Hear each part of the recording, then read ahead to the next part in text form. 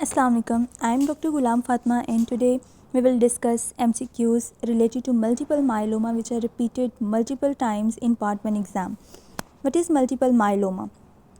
Multiple myeloma basically it is a malignant tumor of the plasma cells.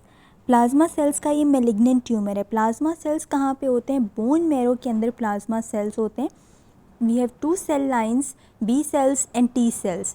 B cells ultimately they form plasma cells और वो plasma cells antibodies बनाते हैं. ठीक है, 5 types of antibodies होती हैं जो कि हमारी बॉडी के अंदर इम्यून सिस्टम का फंक्शन प्ले करती हैं. ठीक है, बट इन मल्टीपल माइलोमा ये plasma cells multiple times divide होंगे और जिसकी वजह से बहुत से abnormal plasma cells bone marrow के अंदर बनते हैं और वो एबनॉर्मल एंटीबॉडीज़ बनाते हैं. ये नॉर्मल एंटीबॉडीज़ नहीं होती. वी नो कि एंटीबॉडीज़ के अंदर एक लाइट चेन होती है, एक हैवी चेन होती है, बट ये जो एबनॉर्मल एंटीबॉडीज़ होंगे या तो इनके अंदर सिर्फ लाइट चेन होगी या सिर्फ हैवी चेन होगी. ओके, और बहुत ज़्यादा होंगी जो कि अपना नॉर्मल फंक्शन प्ले नहीं कर सकती. ये जो एबनॉर्मल एंटीबॉडीज़ हैं एक तो अपना नॉर्मल फंक्शन प्ले नहीं करेंगी तो उसकी वजह से एक तो पेशेंट के अंदर इन्फेक्शंस होंगी. सेकेंडली ये जो एबनॉर्मल एंटीबॉडीज़ हैं ये मल्टीपल ऑर्गन्स स्पेशली किडनी के अंदर जाके डिपॉजिट होना शुरू हो जाएंगे जिसकी वजह से किडनीज़ को डैमेज करना शुरू कर देंगी. ठीक है, अब ये जो plasma cells abnormal plasma cells bone marrow के अंदर होते हैं, ये बोन मैरो के अंदर एबनॉर्मल प्लाज्मा सेल्स ये बोन मैरो को अंदर से बहुत ज़्यादा वीक कर देते हैं जिसकी वजह से लिटिक बोन लियंस होती हैं. ये जो लिटिक बोन लियंस हैं उसकी वजह से ये बोन इजीली ब्रेक होती है, स्पेसिफिकली स्पाइन की बोन्स. तो उसकी वजह से क्या होता है, पेशेंट के अंदर बैक पेन होता है. ठीक है, और जो पास पड़ी ये जो स्पाइनल कॉर्ड है, स्पाइनल कॉर्ड के जो पास पड़ी स्पाइनल नर्व्स हैं अगर वो डैमेज होंगी तो उसकी वजह से न्यूरोलॉजिकल सिम्टम्स हैं. ये एक बेसिकली हमने एक ओवरव्यू डिस्कस की है. Now we will discuss little bit detail of these headings. जितने भी हाईलाइटेड पॉइंट्स हैं ये सारे के सारे ही MCQs हैं. बेसिकली जब भी एबनॉर्मल प्लाज्मा सेल्स होते हैं तो वो दो तरह की एंटीबॉडीज़ खास तौर पे बनाते हैं, या तो IgG एंटीबॉडीज़ या फिर IgA एंटीबॉडी बनाएंगे. ठीक है, या IgG 55% या फिर IgA बनाते हैं 13%. ठीक है, और ये जो एबनॉर्मल एंटीबॉडीज़ होती हैं ये अपना नॉर्मल फंक्शन प्ले नहीं कर सकती.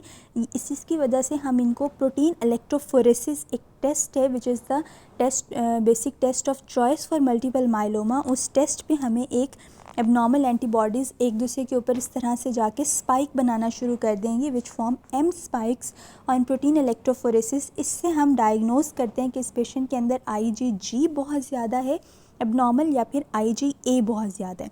ठीक है, जब ये एंटीबॉडीज़ अपना नॉर्मल फंक्शन प्ले नहीं कर सकती तो उसकी वजह से क्या होती है, इन्फेक्शंस बहुत ज़्यादा होते हैं क्योंकि ये जितनी भी एंटीबॉडीज़ हैं ये सारी की सारी इम्यून सिस्टम के अंदर इनका बेसिकली रोल होता है.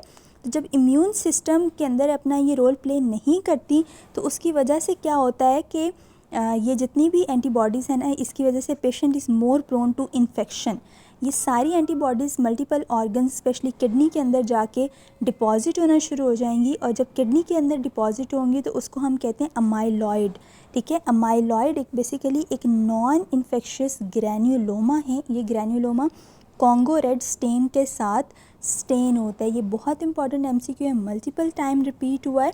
ठीक है, अब ये कॉन्गो रेड स्टेन के साथ ये अमाइलॉइड स्टेन होगा और किडनीज़ को इफ़ेक्ट करेगा. किडनीज़ का इफ़ेक्ट बेसिकली क्यों होता है कि ये जो लाइट चेन्स हैं एबनॉर्मल एंटीबॉडीज़ जिसमें या तो सिर्फ लाइट चेन्स होंगी या हैवी चेन्स होंगी, ये जो लाइट चेन्स हैं ये जब यूरिन के अंदर किडनी के थ्रू पास होंगी तो उसको हम कहते हैं बेंस जॉन्स प्रोटीन. ये साथ साथ किडनी को भी डैमेज करती जाएंगी. ठीक है, इसके बाद ये जो प्लाज्मा सेल्स हैं ये बोन को बहुत ज़्यादा वीक कर देते हैं. जब बोन बहुत ज़्यादा वीक हो जाती है तो उसकी वजह से बोन वहाँ से ब्रेक हो जाएगी. ख़ास तौर पे जो हमारे पास स्पाइन की बोन है वो ब्रेक होती है जिसकी वजह से बैक एक होता है, पेशेंट को कमर में बहुत ज़्यादा पेन होता है. ठीक है, इसके पास जितनी भी स्पाइनल नर्व्स पड़ी होंगी वो स्पाइनल नर्व्स भी ब्रेक हो जाएंगी, वो भी डैमेज होंगी जिसकी वजह से पेशेंट के अंदर न्यूरोलॉजिकल सिम्टम्स आते हैं. ठीक है, अनीमिया क्यों होता है इन पेशेंट्स के अंदर? अनीमिया इसलिए होता है क्योंकि यहीं पे जहाँ पे प्लाज्मा सेल्स होते हैं इसी जगह पे जो है वो एरिथ्रोब्लास्ट होते हैं जिन्होंने RBCs बनाने होते हैं.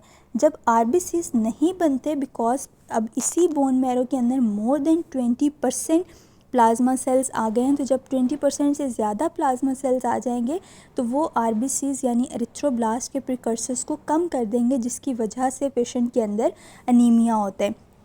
So it is a malignant tumour of the plasma cells, जिसके अंदर अब नॉर्मल एंटीबॉडीज़ बनेंगी प्लाज्मा सेल से, और ये एंटीबॉडीज़ डिफरेंट ऑर्गन्स के अंदर जाके उसको डैमेज करती, स्पेसिफिकली किडनीज़ को डैमेज करती हैं, ठीक है। और जब अपना नॉर्मल काम नहीं करेंगी तो इन्फेक्शंस होंगी, बोन्स को वीक करके बोन्स को ब्रेक कर देंगी, जिसकी वजह से लिटिक बोन लीजन्स होंगी, और जो पास बड़ी स्पाइनल नर्व्स हैं वो भी डैमेज होंगी, तो उसकी वजह से न्यूरोलॉजिकल सिम्टम्स आते हैं।